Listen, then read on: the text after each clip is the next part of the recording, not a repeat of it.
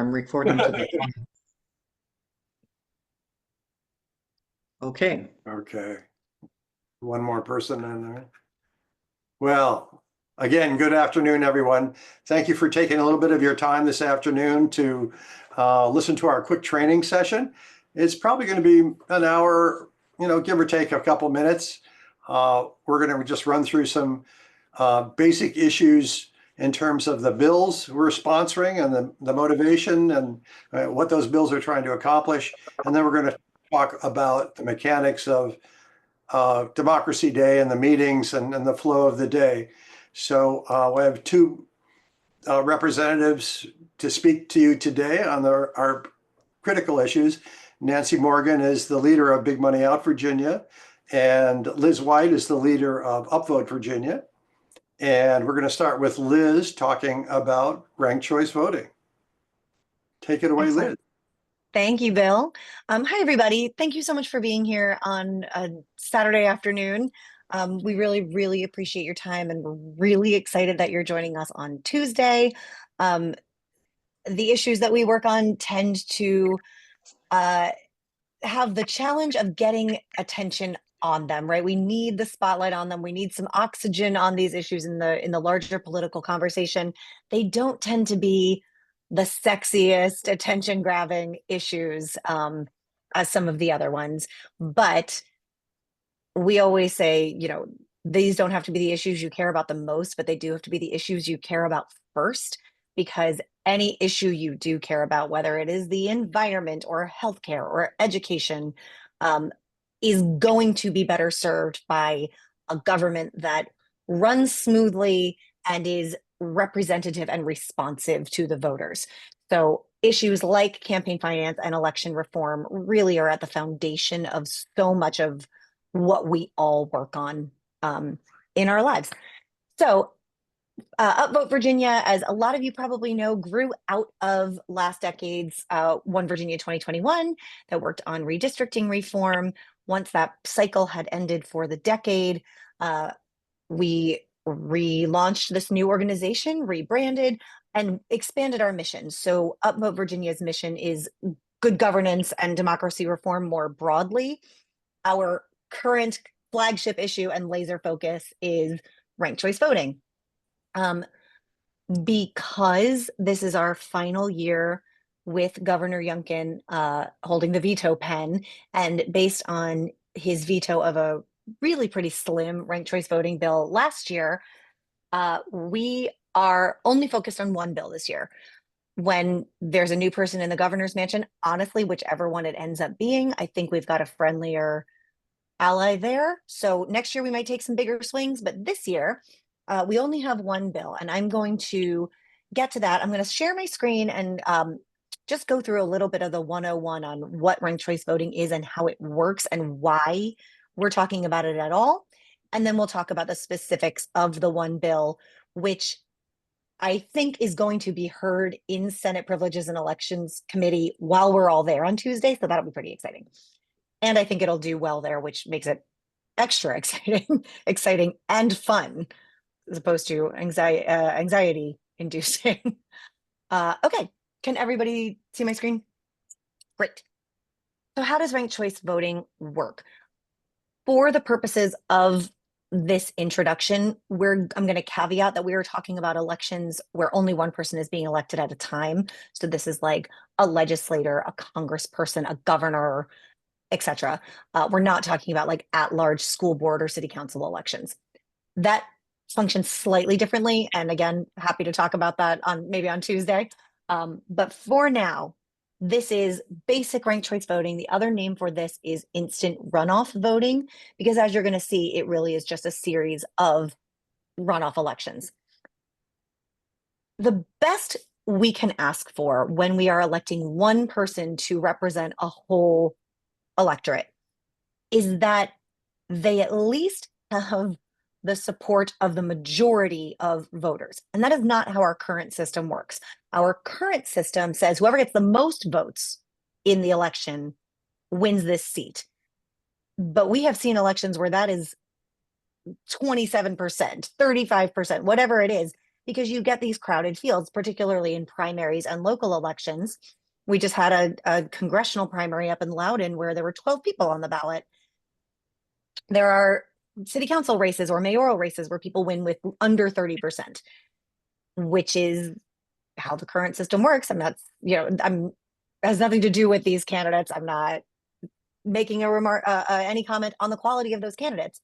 But all we know without ranked choice voting is that 60, 70% of voters prefer someone else. Ranked choice voting not only helps voters have a more thorough say, but it also just gives us a lot more information about what voters want. So here's how it works. You as the voter get to go into the voting booth, get your ballot, and you get to pick your top choice, just like you would in a normal election, but then you get to rank some backup choices. And you don't have to. If you go, I can only possibly stomach this person, I hate everybody else, that's fine. Or if you go, I can, maybe there's one or two that I could stomach, fine. All of this is optional. This is meant to give you a more complete voice as a voter. Then we're going to count everybody's first choice votes. Whichever candidate got the fewest first choice votes is eliminated. If you voted for that candidate, now your vote's going to count for your next choice.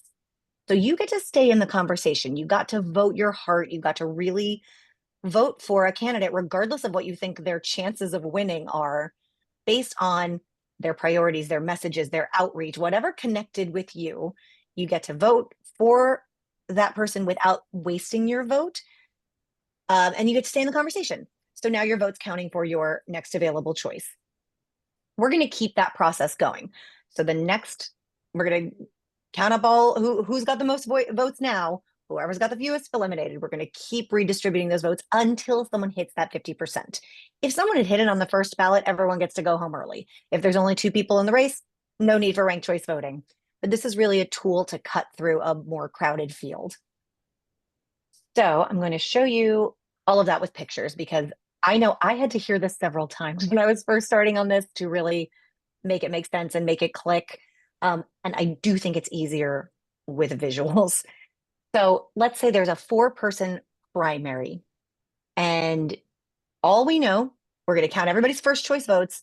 And in a 4-person race, we see that turquoise has about 44% of the vote, which is pretty good in a 4-person race. I think that the way we are used to seeing election results, we would all look at this and go, yeah, all right, turquoise wins, that's fine.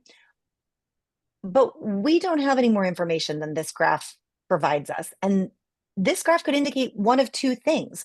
One, it could mean that turquoise really does have the most support, and maybe everybody else is kind of okay with turquoise, and this would actually be a good and representative choice.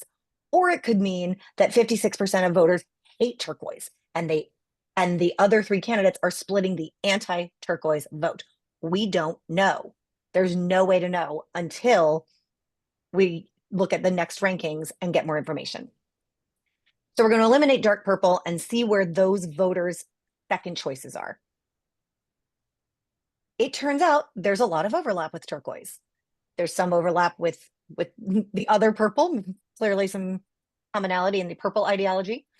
But turquoise isn't quite there yet, so we're going to keep going. So we're going to eliminate orange, and we're going to redistribute those votes. And now it turns out turquoise wins anyway. That happens a lot.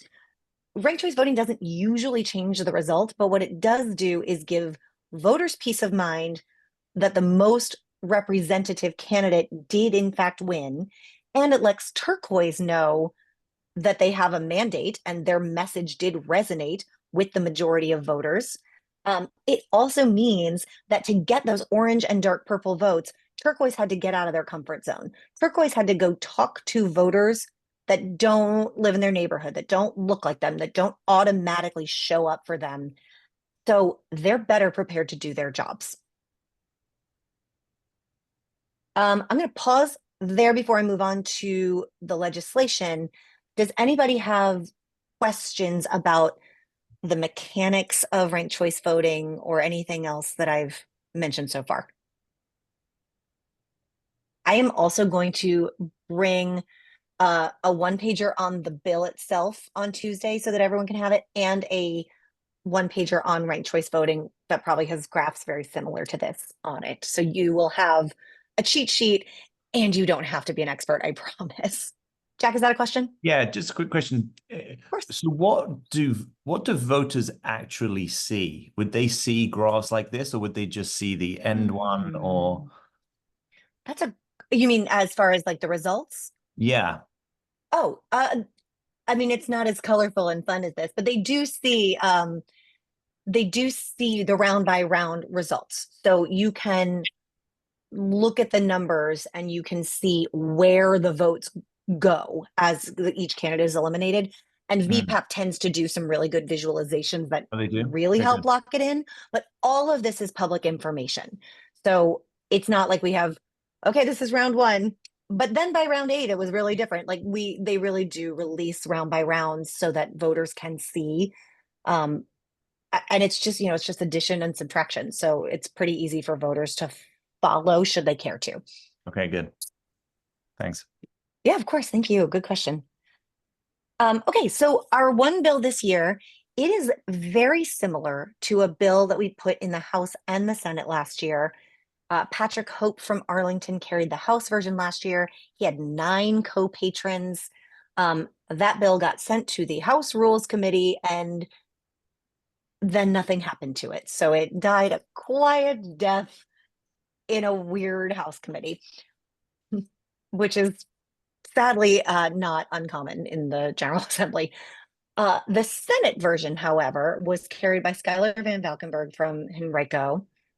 It passed the Senate, sadly on party lines, but then it was the House. The House tweaked it a little bit, did pass it with some bipartisan support, sent it back to the Senate, who passed it. And then about 2.5 hours before the veto deadline, Governor Youngkin vetoed it. 2 things about the veto before you go, well, then why are we bothering with this again? One, we had heard from everyone around the governor that he was prepared to sign the bill. It was very narrow in scope by the time it got to him. He had talked to his commissioner of elections. He had talked to other Republicans and they had all said, it's fine. That's fine. So he was prepared to sign it. And then I think by the end of the veto process, the Republicans and Democrats had dueling budget tours. The stadium deal in Alexandria had just fallen apart. I think it was just a particularly divided partisan time. And the governor was not in the mood to sign any bills carried by Democrats. And the second thing is in his veto memo, the governor did not say ranked choice voting is a bad policy. He did not say, I hate ranked choice voting. He said, we're not ready. We need a little more time. So in the year that has elapsed, we're going to take him at his word, at least for now. In the time that has elapsed, Arlington's run 2 more ranked choice voting elections. Charlottesville's adopted it. About a half dozen other localities have made some kind of internal moves on ranked choice voting. So we do have some momentum and there has been progress. So again, hopefully we have not given up on the governor. We are trying in earnest to pass this bill. So what is the bill, you might ask? This bill is carried by Senator Saddam Salim, who is from Fairfax. Coincidentally, his district includes Fairfax City and Falls Church City, both of whom have independently started making moves toward exploring ranked choice voting for their little localities, which is great. So this bill, it tweaks the existing law about ranked choice voting, which is a pilot program that was passed in 2020 that allows cities and counties to adopt ranked choice voting for their local governing body. So city councils, county boards of supervisors. This clarifies this, it broadens the scope a little bit, but really it just spells out that cities, counties, and towns who were kind of inadvertently excluded the first time around, but independent townships can opt in to use ranked choice voting for any local office. So that's mayors, school boards, and then boards of supervisors or city councils. And I say it clarifies it. Most cities, every city other than Richmond has a mayor who is a member of city council. So the language that said member of city council was actually murky. So this really does clarify it. it also just gives localities more control and more flexibility over how they use ranked choice voting should they decide to. They know what works for them. Every locality is different. And maybe you have very popular school board races and no one runs for city council. Maybe you have 10 people run for mayor every time, and that's the only really good use case for this. Every locality is different, and this gives them more options. The rest of the bill, it's like a page and a half long. The rest of the bill clarifies and codifies some existing like best practices as far as election administration. I mean, it's really in the weeds. It is not, again, not sexy stuff, but important to, I think, help people feel comfortable running ranked choice voting elections and to ensure that any part of a ranked choice voting election doesn't conflict with existing election law. The last thing it does, which I really would love to see, and this is a direct request from the Department of Elections or elect, as more parts of elections become digital, like electronic poll books, auditing software, or the ranked choice voting tabulation software, elect would like to have a certification process for those things. There isn't currently one. There's a testing process. There's an approval process. Like, they're not using stuff willy-nilly. This is all tried and true, but there's no certification like a voting machine has. So when people say, oh man, we're using this ranked choice voting tabulation software and it's uncertified, there is no certification for it to get. So that sounds a lot scarier than it is. So this just kind of gets up ahead of the trend of more and more parts of elections being digital. So again, not the most earth-shattering bill, a very helpful bill. It would be really, really nice and make it easier and better for localities if it passes. But this is also a big discussion and education year.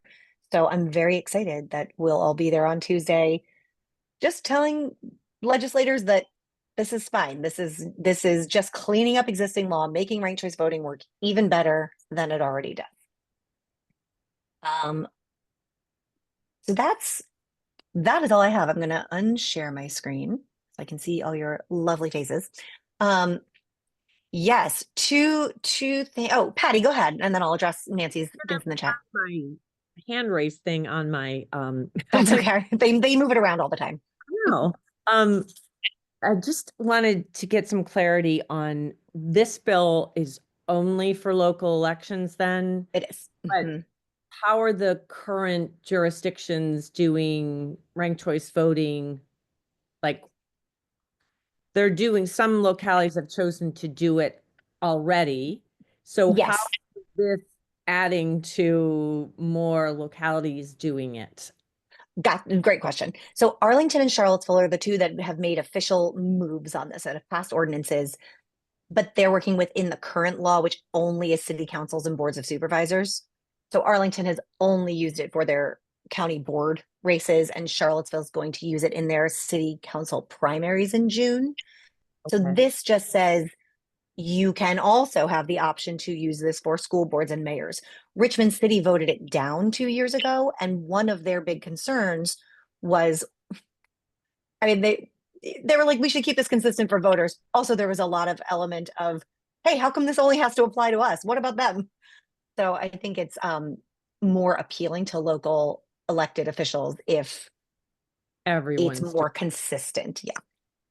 And then my other question, and this might be just because I haven't looked that closely at how different states are doing this, but it seems that there's an argument here,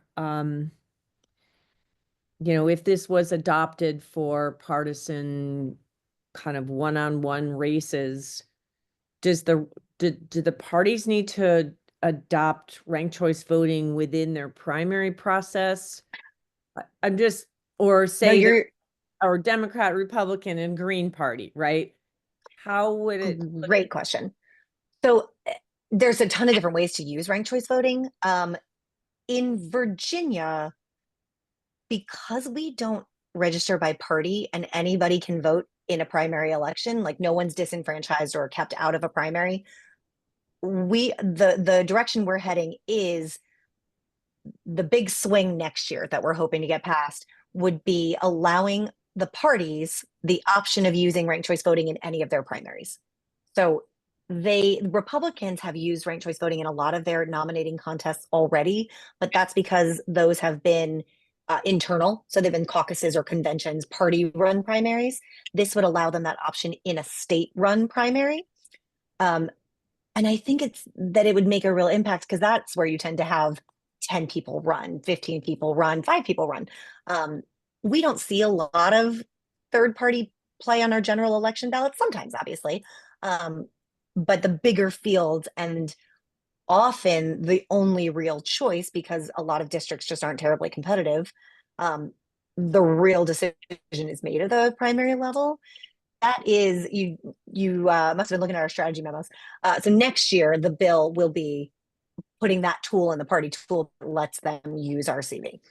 And actually, that goes right to what Nancy said in the chat. In 2021, the Republican Party of Virginia used ranked choice voting at what they called their unassembled convention. And Governor Youngkin, Lieutenant Governor Sears, and Attorney General Miyares were all nominated with RCV. It is worth noting that they were all ahead on the first ballot, so maybe they would have won anyway. But two things. One, we don't know how behavior would have changed because the use of RCV kept candidates civil. We know for sure that some candidates really held their fire on the negative attack ads because they didn't want to alienate someone else's voting block, because if that person was eliminated first, they want to be their second choice. They don't want to be out of the running. So Governor Youngkin was able to emerge from that nominating process pretty unscathed, whereas usually you're pretty battle worn after a big primary. And we certainly saw that on the left in a more traditional process. So his unfavorables were low. He really was set up for success. There was the party was united.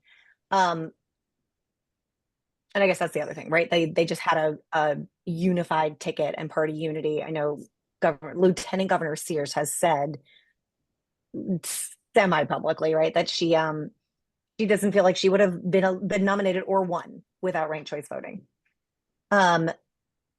So it is interesting that Governor Youngkin, I think, actually does not have strong feelings on this one way or the other, which is why I haven't given up hope on a signature. But he was nominated with it. And then 4 congressional districts, their Republican nominating contests were done with ranked choice voting. There's a sitting delegate who was nominated with ranked choice voting. Even the special election that just happened to replace John McGuire in the Senate, so like the Goochland area, the Republicans had they called it a mass meeting, but it was like an internal nominating contest because it's a special election. And they did what I call slow ranked choice voting. So they did one ballot and whoever got the fewest votes was eliminated. And then they did another ballot. And what they could have done on one piece of paper and let everybody go home took hours, but it was the same process. Yes, Jack, great question. Oh, did that help, Patty? Okay. Yes, Jack, is there anything to understand about why Republicans have been using RCV internally and not Democrats? The biggest reason is that Democrats tend to prefer that state-run primary system with the early voting and the drop boxes and the same-day registration and kind of all the trappings that come with a state-run election. Republicans tend to prefer, certainly more than Democrats, the internal nominating contests. I will also say, as we get way in the weeds, a bill went into effect at the beginning of 2024 that actually makes it harder to have an internal nominating contest. So there wasn't as much RCV in 2024 as there was in the years leading up to that. And then who are the opponents of this bill? Nancy, that's a great question. Republicans, but a lot of them, it's a knee-jerk. The national right has decided that RCV is bad. And that mostly stems from Sarah Palin losing in Alaska in 2022 and a Democrat winning the congressional seat. They just had another election. A Republican holds that seat now. Sarah Palin's uniquely unpopular, but that really did paint RCV with a very blue brush across the country. So I don't think most Republicans are opposed to this bill in particular. I think mostly this is not a big deal to them. And this is They like the local control. They like the election security measures in it.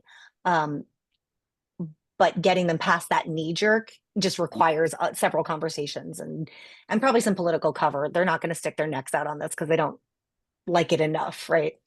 But that's the semi-short answer on who the opponents are. I think I would be very surprised if any Democrats on the committee on Tuesday vote against this. I am working really hard to make sure we have at least one Republican on the committee, but we'll see.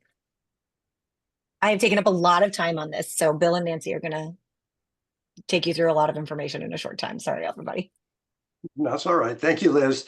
Before we turn to Nancy, I did want to point out, if you want to raise your hand, you just go to the React heart-shaped thing at the bottom of your page, click on that, and there you can raise your hand. So also, please put your comments or questions in the chat. We'll get to them. And we're going to have some additional Q&A time at the end. So we're going to be sticking around. So Nancy, talk to us about campaign finance reform. Thank you, Liz. Great, and thanks for Liz. We really, in anticipation of Democracy Day, we really think that ranked choice voting and campaign finance are great topics that the majority of, well, at least on campaign finance, the majority of Americans really support. And I think that, you know, when you look at ranked choice voting, and Liz has previously done that, when you look at the local jurisdictions around the country, there's so much interest in adopting this program. So let's take a look at money and politics.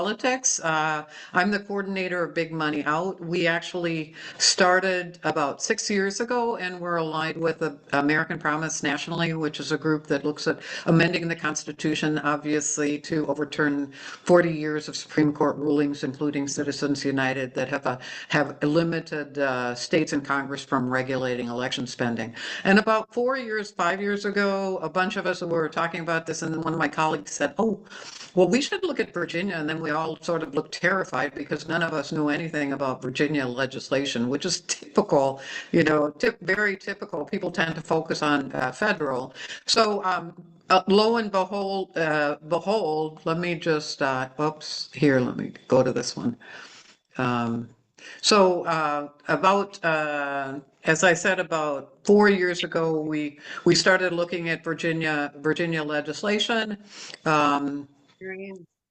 There it is. Does anybody recognize this guy? Come on, Patty, you're laughing. You know who this guy is. He looks like a sort of innocuous guy. This is George Santos. And the reason why he's interesting to us, and his name came up in the General Assembly last year, he would feel at home in Virginia because he ran for our General Assembly. His violations are legal. And why is it legal? There are no dollar limits on any campaign contributions, no restrictions on political personal use of campaign donations. And as I Liz has gotten up, but I use this saying, if Liz White ran for Senate, she could get millions of dollars from out-of-state billionaires and just use them to pay off her house, pay her children's college education. There are no restrictions. We're the only state in the country that has a situation. And we've had a bill that's been introduced for the last 11 years, since 2014. So it's quite egregious. No limits on corporations. 22 states currently have limits on, don't allow corporate donations. And in fact, the federal government hasn't allowed corporate donations since 1907, when Theodore Roosevelt signed the Tillman Act. Of course, the thing with Citizens United opened the floodgates of all this money coming into elections through the back door, through independent expenditures. And then in Virginia, we have insufficient disclosure and limited regulatory oversight by the Department of Elections. Just to give you an indication, I was going through the budget of the Department of Elections, which is $33 million, and they have $313,000 allocated for campaign finance, which is like 1% of the total budget. And that, what it does, it's fund 3 staff. So that's the extent of their oversight. And because of this, we've been When you look at the Swamp Index, which was the Coalition for Integrity released in 2020, we were ranked 46 out of 50 jurisdictions. You can see Virginia is above Utah, Michigan, Arizona, Idaho, and Wyoming. And it's basically looking at ethics, our ethics laws and our campaign finance laws and our regulatory system. Well, actually, there is no regulatory system because the Department of Elections has no regulatory authority to investigate crimes of campaign finance. So it's pretty egregious. And what happens is, for those of us who are looking at the 2000, just a recent election, Open Secrets, which I follow their data on the federal elections, it was probably about $17 billion with I think it was like 22. Anyway, it was like 2.5 or $3 billion in independent expenditures, which is the money that it isn't linked to the campaigns. It's just issue ads. That this was allowed under Citizens United. But this graph, the same trend, you see the same trend, but I mean, this is even more accelerated trend. In 2013, when we had the department in the House of Delegates and the Senate races, these were the most expensive elections in the United States, except for Illinois, because they have billionaires running for office in Illinois. But it's higher than Florida, California, Texas, all of which are much bigger states than we are. And so to put it into a context, I took it and divided by population. We have population 8.7 million. You can see that we have the most expensive elections per capita in the country. And that's basically because there are no restrictions on how much money you can give somebody. And seriously, VPAP, which is pretty good about looking at money going to all these political action committees, like just to take the spirit of Virginia, which is Governor Youngkin's, he gets, I think he had 18 million. It was incredible because people were just they give him checks of 100,000. Recently, it was like almost in 1 week, he got $1 million into his PAC. But that's the name of the game, because this is the Virginia way and we have no limits. And when you look at what does that imply for citizens, if you do a breakdown, I took it and sort of stratified the funding. And the largest donations above $10,000 accounted for 85% of all Virginia contributions. And when I looked at saying less than $500, 83% of donors contribute less than $500.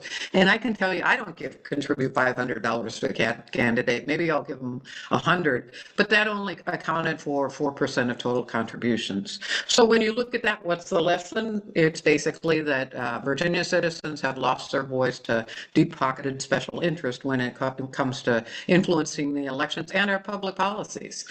And when you look, we did a Wasson poll in 2021. 78% of Virginians, irrespective of party, support reducing money from big campaign donors, and 88% want total disclosure. And I just always, Patty is probably happy because she worked for the John McCain campaign. But I always bring up this 99,000 campaign. Let's make that clear. Yeah. The primary. But I love this quote he has: "Our campaign finance system is nothing less than an elaborate influencing peddling scheme in which both parties to stay in office are selling the country to the highest bidder."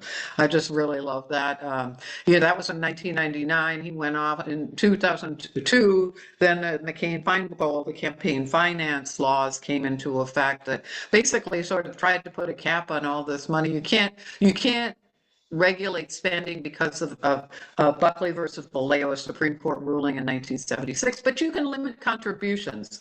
But a lot of the provisions in that bill were eroded by Citizens United. So I think there's really hope in sight. We got a list of, a bunch of bills that we're I'll go over a little bit, and you'll get information about this at Democracy Day, but we're gonna have restricting personal use of the campaign donations. We got Marcus Simon introduced this in 2014. Every year we go there, it's like, would you just pass this bill so we don't have to come back? And every year, at one point it's just crazy. One time I passed the House 99-1, and then weird you know, the permutations on this are so complex. You'd think it's you know, a low-hanging fruit. Disclosure of independent expenditures. We got some really interesting bills coming up. We'll review those a little bit. Investment in information portal on campaign filings. VPAP is a Virginia Public Access Project. It's a really good source of information. But basically, we want the Department of Elections to invest in an information portal so we can click on data and sort it and separate it and analyze it. Right now, we are one of the few states that really has no public access to these filings. Public financing, and I should say local elections. And I'm happy to say campaign finance limits. David Bulova just dropped this bill. And I'll just say, David Bulova introduced this bill, and actually we got Dominion Energy, which is the largest donor, and Clean Virginia, they're rivaling. It's like a money arms war. We got them to review this bill and approve this bill. And then all of a sudden, after filing, Dominion came back and said, well, we want to make sure that leadership supports this. And you know what happened? The bill wasn't even docketed. It didn't even go to committee. Nobody ever even saw this bill. So, it was interesting because I was, you know, for Bill and I and others, when the Republicans were in power, they'd have the subcommittee on campaign finance in the House, and they'd kill every single bill. It was like whiplash, 5-3, 5-3, 5-3. But I mean, at least they voted on them. And the thing that we were frustrating about is the Democrats realized that these are small d democratic principles, transparency and accountability. But the money is, some people say money is speech, but we all know money is property and money is power. And both leadership of both parties are very reticent about this. And just to give you a visual view of this, some of these people will hopefully be seeing on Tuesday, but there's a really great array of champions in the House this year. So it will be a really interesting time. What I want to do is just pull up something right now that, and let me just see if I can actually do this. I'm going to stop sharing this. I was saying the other day, it's like we've been using Zoom so long. It's like, why is it so difficult to you know, find these? Let me just. This is something that you will, when you come in, and Bill will talk about this, that you will get, and we'll share it before the meeting. This is a list that we're going to have for everybody, and when you go to meet legislators and talk about priority bills, these will be some of the bills that you'll be, you know, basically giving them to show which bills are going to be reviewed this year. So there's restricting personal use of campaign funds, strengthening, that's Senator Boysko, Joshua Cole, who is from Fredericksburg, and Delegate Converse Fowler. I think that's the Joshua Cole. Some of these bills are companion bills, so they're the same bill in the House and the Senate. Then we have independent expenditures, trying to regulate that, get more disclosure on who is giving money, how they're getting money.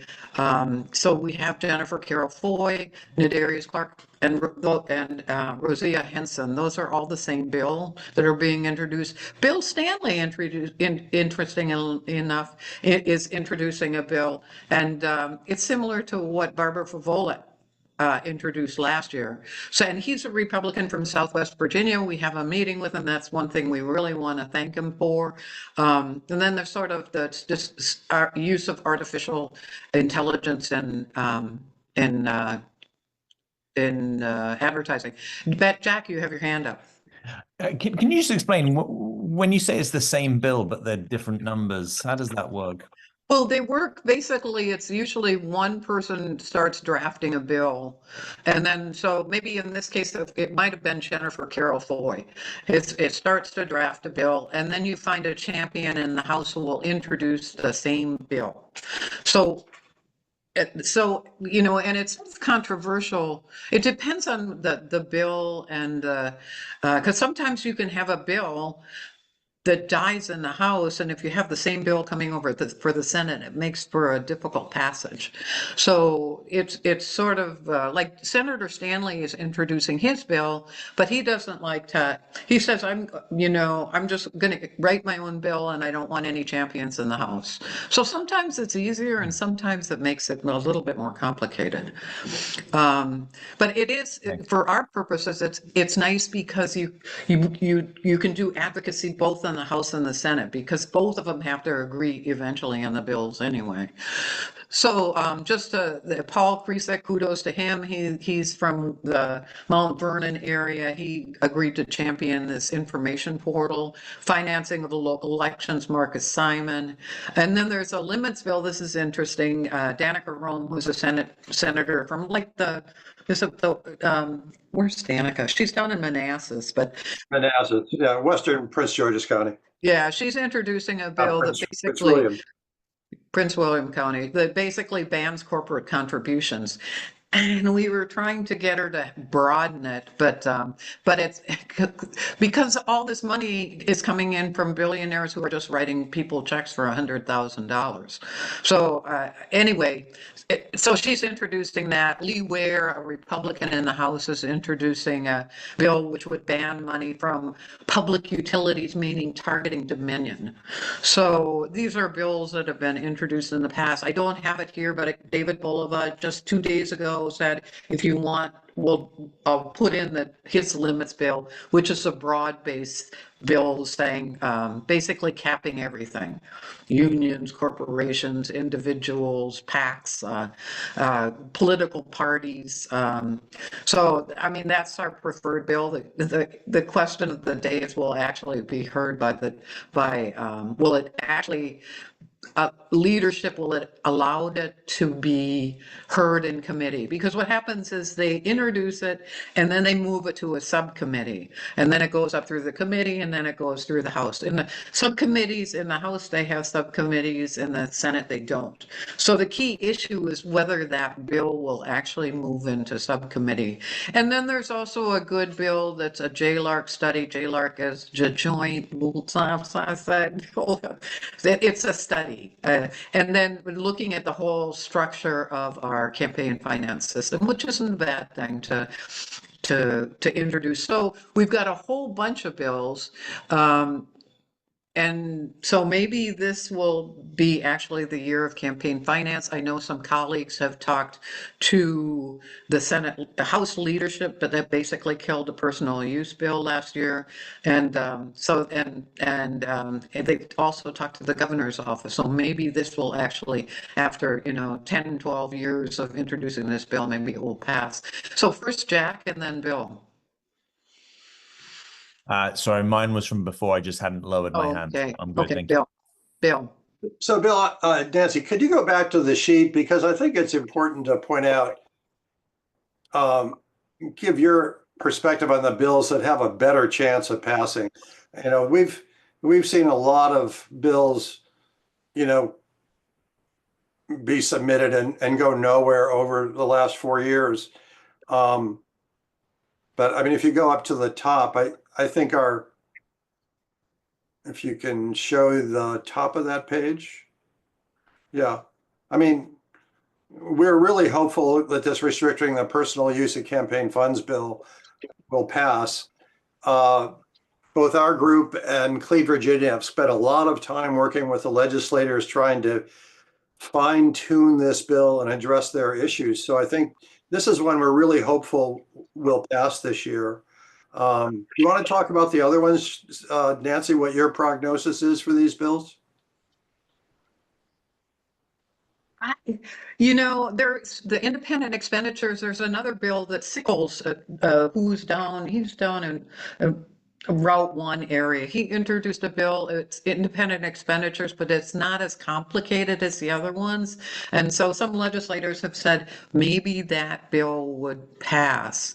The limits bill won't pass, even though we said don't put it have a delayed implementation because we've had an election this year and legislators will just freak out if you all of a sudden start changing the rules. But I don't think people are ready to implement limits. But if we could, the big argument, as Bill knows, is legislators.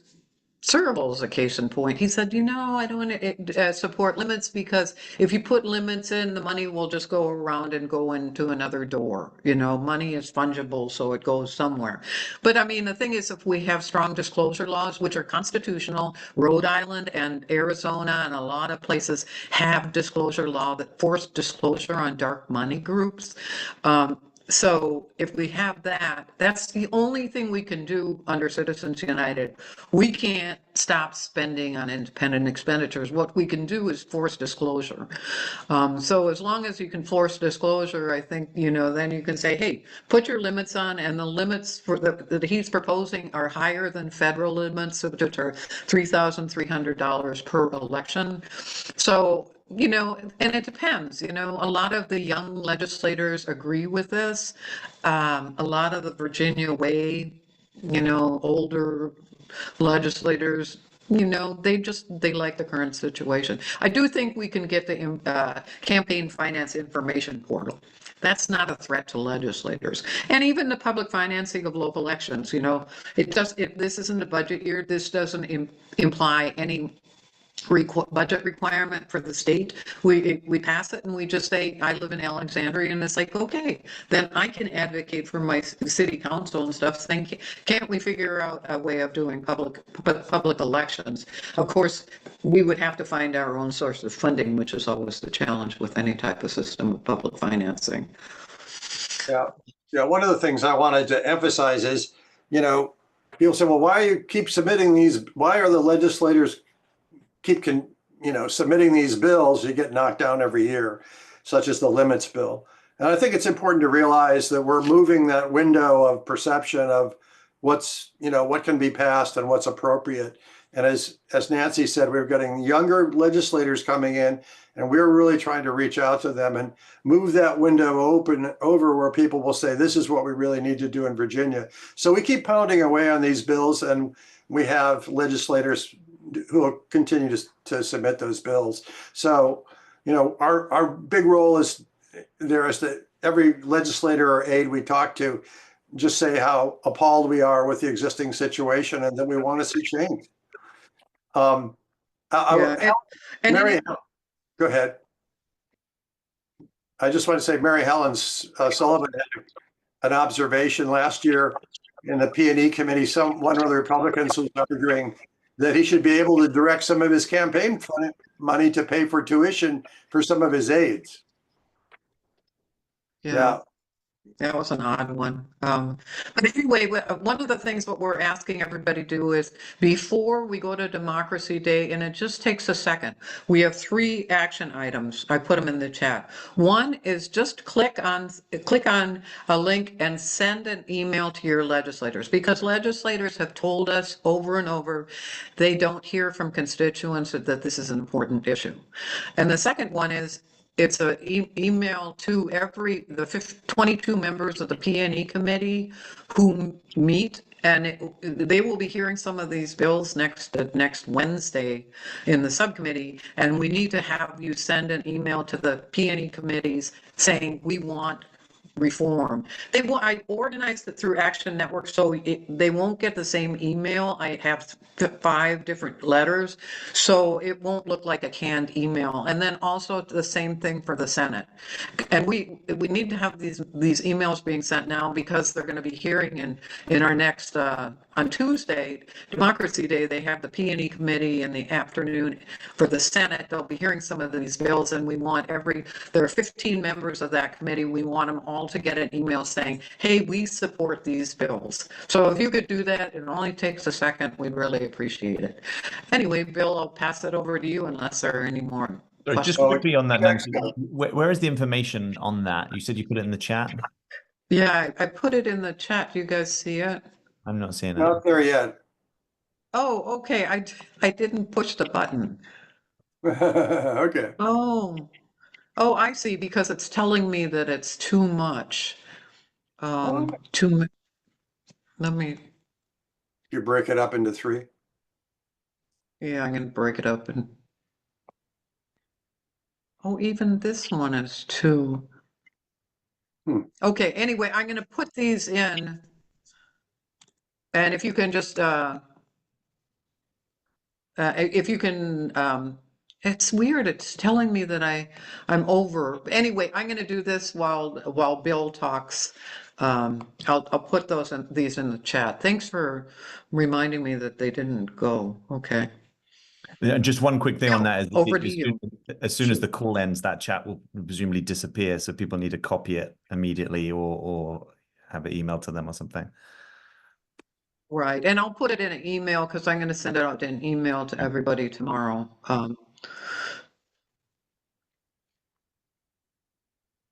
Yeah, if you open the chat and go up to those 3 dots at the right, you see that you can save the chat and it will go to a spot on your computer, which you have to find. You might be able to find it in your recent, like a recent edition. So you can actually save the chat through those little 3 buttons there. Okay. So I'm going to share my screen. So send it out tomorrow. Yeah, so. All right, I'm going to talk a little bit about the mechanics for the day. This is the run of the show for the whole event on Tuesday. And I'll start out by saying most of our activities are occurring in 3 places. One, St. Paul's Episcopal Church, where we're having our initial meeting and then our lunch, and then we'll have the rally. So that's going to be a prime location. The second is the General Assembly building, which is the new meeting and office building for the legislators. It's right across the street and about a block away from the church. It's fairly close. I'll talk more about that in a second. And then the Capitol building at noon, we'll be going to the actual Capitol building and sitting in the gallery in either the Senate or the House. And our group will be introduced by several legislators and everybody will clap for us and it will be a wonderful event. And then we'll have lunch back at the church. And then after that, we'll go to the Senate Privileges and Election Committee meeting, which is back at the General Assembly building. 4 o'clock, we're going to have a rally. We originally planned to have that outdoors. And we decided that would be a crazy thing to do given the weather, which is going to be very harsh. So we're going to be meeting back at the church at 4 p.m. And then there's a happy hour from 5 to 7 at the Tobacco Company, which is a restaurant and bar. And it's located on Cary Street. It's about 4 blocks directly south of the Capitol building, if you'd like to attend that. So that's sort of the run of the day. We're meeting at between 8 and 9:30, we'll have a free breakfast. We'll be having bagels and fruit, and you can pick up your briefing materials, buttons, and stickers.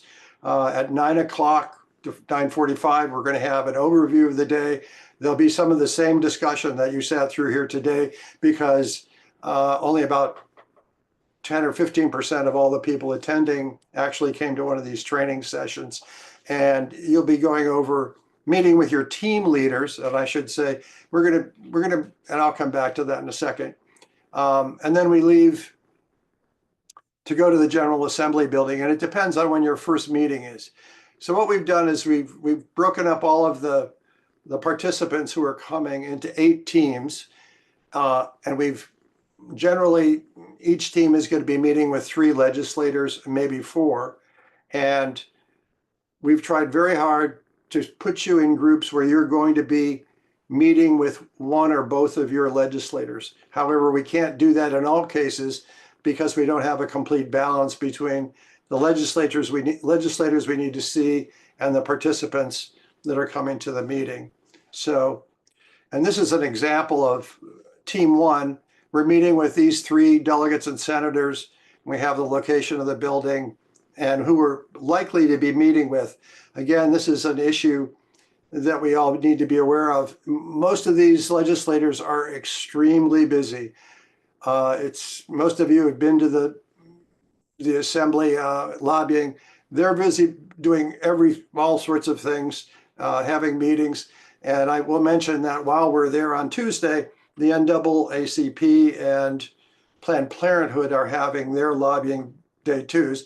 And of course, there's going to be many individuals doing their own individual lobbying. So it's going to be fairly hectic. And I mentioned at noon, we're going to the General Assembly session at the Capitol building, and we'll be recognized there. Again, we have a free lunch, which will be sandwiches, chips, maybe a cookie back at the church. And then we're going to the Senate P&E meeting.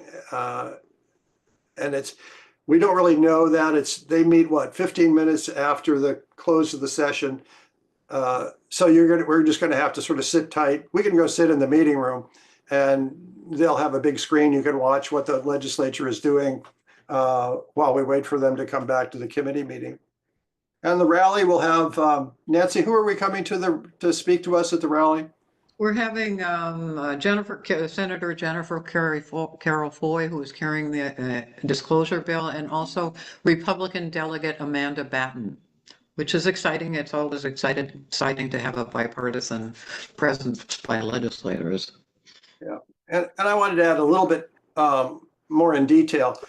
When we go to the legislators, well, first of all, it's going to be very crowded. One issue is actually getting through security to get into the building, and also being able to get on elevators to go up to the offices first time in the morning. And so we're really going to have to leave. The team leaders are really going to be trying to move people out probably at least 30 minutes, if not more, before their first meeting, because you have to get through security. And unfortunately, that means you're going to be standing out in the cold for maybe 20 or 30 minutes. So you really need to have some warm weather clothing on. I would suggest you have layers, so when you get inside, you can take off, the not so heavy coat and still be warm with a sweater. And again, we may or may not be meeting with the legislators. If not, we hope to meet with their chief of staff. Here's some examples, or their legislative assistant. And for some reason, if you're at a constituent's office and you don't get to meet with, well, in any case, make sure you sign in to their sign-in book to let the legislator know that you were there.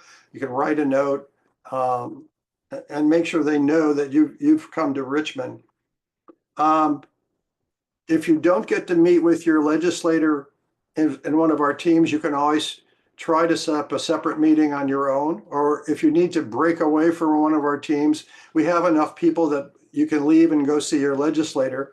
You might want to try and set up a meeting with them before you come to Richmond, because again, they're very, very busy. And in that regard, I would recommend if people have an Apple phone or an iPhone, you can download what's called the VPAP General Assembly app, which is the Virginia Public Access General Assembly application. And on here, it has information on every legislator, their office, their phone number, who their chief of staff is, etc. It's a very useful application for every individual to have.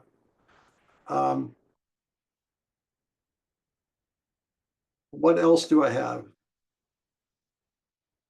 Okay, so again, on the day of, you'll be getting assigned to a team. There'll be a team leader and the person's phone number here to keep in touch.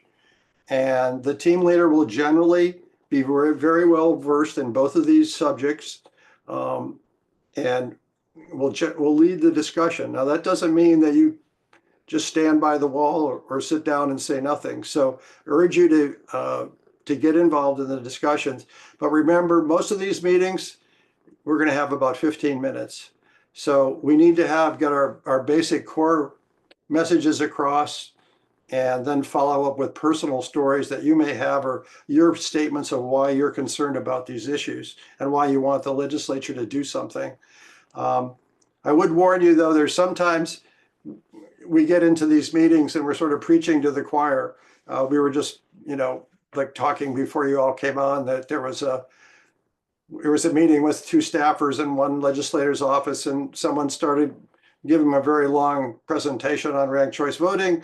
Turns out those staff people were from Maine and were well versed in the subject. So before you launch off into a big discussion, you might just ask, are you familiar with whatever? But try and personalize the story and talk to them about why you're concerned about this issue. Is there an issue that you think isn't getting addressed because there's big money coming in from corporations or unions or just individuals? So, oh, one last thing, the parking. There is parking at the church. It's $30 a day, which is fairly expensive. It's underneath the building. The benefit is you can park there, walk up the stairs. You don't have to go outside. There are cheaper parking alternatives around the legislative building, the General Assembly building, but you need to go on Google and do some research before you come, because they might be crowded. So remember, we are going to be outside just for that one time, standing in line to get in. So really need to be plan accordingly for the weather. So does anybody have any? Nancy, did you want to add anything? Patty, go ahead. Yeah, I mean, Caroline had a good point, and it's the whole issue of deciding roles of people. As you say, 15 minutes isn't very long, and the team leader really has to manage it. They don't want to dominate it, but they want people to have an opportunity to talk. So the team leaders will be getting a sheet and saying we need various roles. We need somebody to take pictures at every meeting. We need to have a note taker. If somebody like Jack Butler from Alexandria, I'm from Alexandria, we would want to identify Jack, saying, hey, Jack, you want to make a couple comments about ranked choice voting? Because we want to have not only campaign finance, but ranked choice voting. In Alexandria, our legislators are probably supportive, but we need to leave that message. So we need to assign roles, and when the teams get together, you go to team one, team two, and then they'll discuss how the meetings will be organized and who will say what. You don't have to say anything at all. I remember going to the Hill to Congress, and it's like, oh my God. But I mean, but we will introduce yourself, and it's always good to have a constituent sort of take the lead and say, hi, I'm a constituent. I mean, Jack and I are both from Alexandria, but say for example, Caroline is from the Tidewater, so she would, if she's meeting with Bloxham, which I don't know, probably won't happen, but it's important to have a constituent. If you are a constituent, to raise your hand and say I'm a constituent. That makes a difference. Bill. Patty, did you have a comment? Yeah, I was looking back at some of Nancy's preparatory emails, which are very thorough.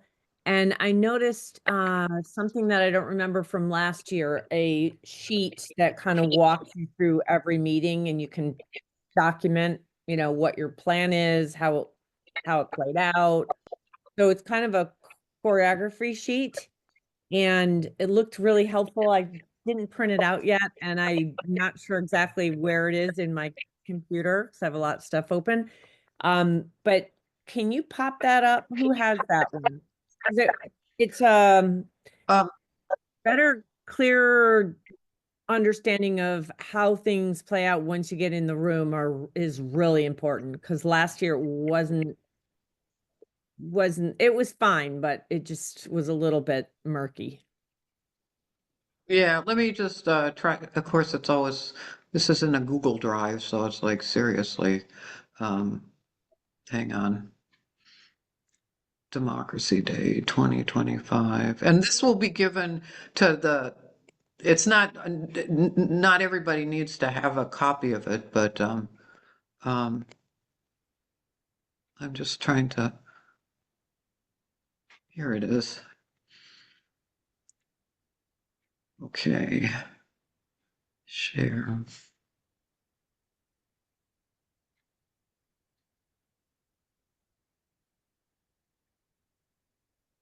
Is this what you were talking about, Patty?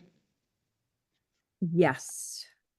Okay, yeah, this is basically, we designed it, so we'll give it to the team leads. They probably can, since you have the same people, I mean, you can change what people do, but basically, who is the senator, base of meeting, location, meeting roles, the facilitator, issue requests, say, for example, Jack might be doing ranked choice voting. In some other groups, we're hoping to get more veterans, because veterans are they have a story related to ranked choice voting. I mean, I worked overseas, and basically, ranked choice voting is really important for preserving your vote and not losing your vote. And then just basically saying who is going to do what, who is the photographer, and then sort of helpful hints. Oops, that I took it from another group I work with, so I have to clean that up. I'll be bringing a bunch of these copies and then they'll be at each table for people to see. Well, I was going to, And because I think it's going to be, I remember everyone was kind of eating their breakfast, chit-chatting, catching up. Like, it was a little bit hard to get people seriously focused on how 3 meetings were going to play out. So I was going to do the basics ahead of time. And if you guys have the teams laid out, I'd like to know who's on my team. And then that way, when we sit down with our bagels or whatever, I can say, okay, here's your role. Are you comfortable? What do you need to know? Because people show up with lots of different levels of awareness of the bills and the legislators. So I'm going to do it ahead of time. So let me know who's on my team. yeah, and that's fine, because I mean, we have the leader team tomorrow, and we've got the 8 teams with which of the meetings, and right now we've got about 70 people registered, and we have like 5 students coming in from Charlottesville. So we're trying to put them on the various teams. So by tomorrow, we will be sending the team leaders, we'll send them a copy of this. We'll send them the schedule for the meetings and also the list of all the participants who would be in your team. Caroline. Do we have one of those forms per legislator or one total? Well, that's a good question. I mean, what I should do is give you 3, but it's a lot to fill in, and you're going to have the same team. Maybe, and this isn't something that you return to us. It's just to help you Oh, okay. organize your thoughts. Yeah, and it should be, say, for example, the photographer. Just use the same person for the photographer for all 3 Oh, sure. meetings. Yeah, or somebody, a note taker, because otherwise it gets, but you may have, one person who wants to talk in one meeting, another person. So I'll bring 3 of these for each team leader, just in case you want separate ones for separate meetings. I think that's a good idea. Bill. Great idea. Nancy, Jackie raised the issue of, not the issue, but the fact that we are going to have a videographer at the event, and we hope to do short videos, interviews with participants on Democracy Day, why they're there, what they're concerned about. So I hope people will consider having being interviewed. Yeah. I think that's it. Anyway, we'll send up a follow-up message tomorrow. I'll put in all the links to the take action. We hope that everybody can just click. It's so difficult. People but one suggestion on there are pre-written letters, but if, say, for example, if Jack is sending sending an email saying, "Hey, I'm a constituent and I care about," well, you're sending it to 15 people on the, say, for example, the Senate P&E committee, but say, "Hey, I'm an Alexandrian, I care about this issue," just so it makes it a little bit different. Basically, the message to all of them is saying, please consider voting yes on these bills, that come up. But they always like a little bit of a personal message. Last year we had so many letters sent, we actually got people complaining. And it's like, seriously, guys, they only want to hear from their constituents, but hey, you're on a committee that makes a difference to passing a bill that we all care about. So it's like tough.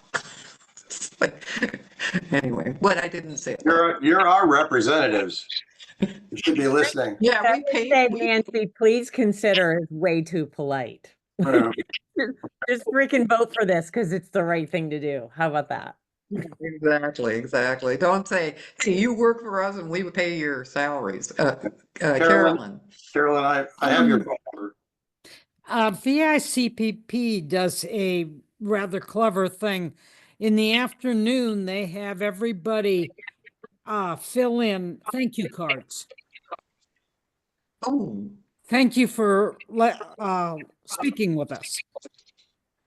you know, that's interesting. I do actually have some, I printed off some postcards saying about campaign finance. So maybe I can make sure that I bring that so that everybody maybe has one and can just address it to your legislator, and then we'll take it and we'll drop it off. Yeah, I mean, you don't even need postage. Just Yeah, that's a great idea. So let me make sure that, because I have these and we really haven't used them, but that's a great idea. Nancy, related to that, what is our leave behind? Is it that sheet of bill? Like, well, what are we leaving them with? We're leaving with them the summary of bills, which is, and then I'm making another thing because they get upset when they look at that and they say, but I'm in the House and I don't want to look at Senate bills. So I'm putting something else that said, here are the House bills and here are the Senate bills, so that they say, okay, so they'll get the full sheet, and then Liz will have something for on-campaign finance. But we don't want to give them a lot of information. And also we have some one-page briefs on each of the bills, which is too much to make copies for everyone, but we'll give the team leaders a couple of those packaged just in case somebody says, hey, what is this bill about? You know, I want more information about the bill. So you'll have a packet and you can say, hey, this is Senator Stanley's disclosure bill. This gives you the key provisions and why it's important for Virginia. It's just a one page, but we won't give it out to everybody because it's a lot of paper, but we'll bring those.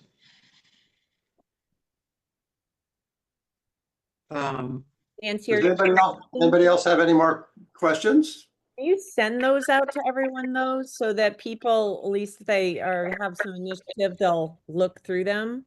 Okay, that's a good idea. I mean, they are on the website, but I'll just put the PDFs, attach them and say, if you want to do some homework and look at what these bills are about here, that would be great, because it makes less, I printed them off already, but it's nice to have everybody else. And they're very easy to read. They're just one page. Caroline. also worth knowing what committees they're on. The 3 or 4 you're visiting. Say that again. Like I'm supposed to visit Amanda Batten. I need to look up and her committees. Oh, that's, it's not a bad idea. And because one of the first things of best practices of when you have a meeting is when you go in, you say, we'll have the team leader say, hi, thanks for meeting with us. How much time do you have? And then also thank, if it's the legislator, even if it's say something good, about, hey, we would just like to, first of all, we'd like to thank you, like Senator Stanley, for his support for the Drug Affordability Prescription Board. But that also means that a lot of times you have to look at the legislator and try to figure out something good to say. Sometimes it's hard to find things. But As always, thank you for your service. thank you for your service. That's a good one. But that's good. And so actually for the team leaders, that's a good thing to do, is since, like if you're doing, Carrie Coiner or three of them, then just look them up and look up what committees they're all. I'll put in on the LIS where you can go and find those. And then if you have time, like Caroline, if you have a little bit of time before you have to head over to the House or the Senate, just you can go by your legislator and say, I'm a constituent. Unfortunately, you didn't have time, but I just wanted to say, to drop off this. We hope that he supports these bills, and then they have a sign-in thing. And I think it's important that people show their face. You know, even Oh. even if a legislator doesn't respond, doesn't agree to set up a meeting, just go and say, hi, we're with this group, and drop off the documentation. That was my other question. Can I have a few extra leave behinds? Yeah, I've got plenty of copies of the bills and stuff like that. Because I'll be hitting some other people on Wednesday.